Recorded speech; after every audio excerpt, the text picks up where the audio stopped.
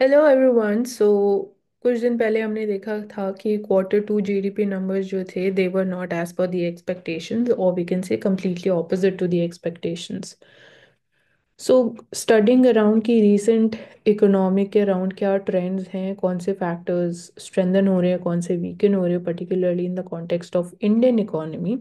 So we see कि firstly stable commodity prices हमें देखने को मिल रहा है as per the world bank's report. We are seeing कि गवर्नमेंट स्पेंडिंग स्ट्रेंथन हो रही है, विच इज़ ऑल्सो रिसेंटली जो मॉनेटरी पॉलिसी कमेटी ने स्टेप लिया था कि कैश रिजर्व रेशियो को कट किया जाएगा, that is also better aligned with the expansionary fiscal policy. Question ये उठता है कि इंडिया की जो ग्रोथ है that is driven by consumption demand और the consumption spending. 60% of are GDP growth is due to the consumption driven aspect. We need to ensure कि हम कैसे इसको इन्वेस्टमेंट लेड ग्रोथ में कन्वर्ट कर सकते हैं। वहाँ पे एक चैलेंज हम फेस कर रहे हैं, savings investment gap. Because specifically after कोविड-19 हम देख रहे हैं कि सेविंग्स रेट डिक्लाइन हो रहा है, and that is because of two reasons. One is inflation, second is household debts increase हुई है after 2020। If you want to actually convert our consumption led growth into the investment led growth, तो एक ये major challenge है। Then second is the sliding credit growth, because excess capacity exist करती है। Lack of appetite for the new projects, because आप larger scale पे जब investment country की बात करते हो तो इट डिपेंड्स अपॉन कि क्या फ्यूचर प्रोस्पेक्ट्स हैं about the investments, what are the positive expectations जिनको हम एनिमल स्पिरिट बोलते हैं, उसके बेसिस पे क्रेडिट ग्रोथ या क्रेडिट डिमांड इंक्रीज होती है।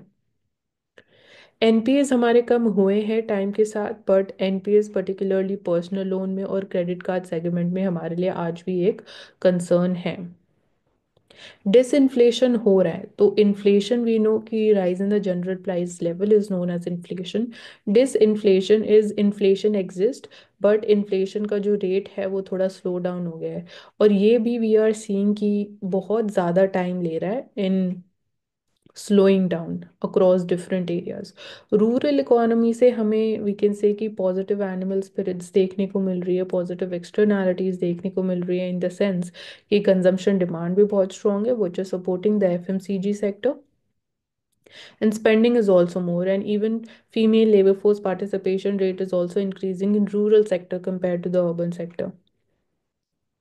पॉसिबल हमारे लिए आने वाले टाइम में एक एस्पेक्ट ये हो सकता है कि एमएसएमई रिकवरी जो है वो और स्ट्रेंथन हो सकती है, बिकॉज जो वी कैन से कि एमएसएमई सेक्टर को कुछ इकोनॉमिक शॉक्स फेस करने पड़े थे इन द फॉर्म ऑफ जब जीएसटी अनाउंस किया गया, एंड सेकेंडली बिकॉज ऑफ कोविड-19 या even during demonetisation. So things have settle down. अब एमएसएमई फ्रंट पे we might expect better recovery and more of promising growth in that aspect. And India की जो economic growth rate है we see कि recently RBI ने जो forecast था उसको कम कर दिया है from 7.2% to 6.6%।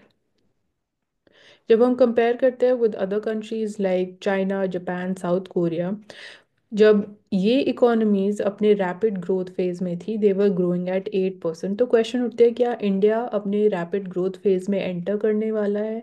We are already into that, but still we are falling short of 8% of growth.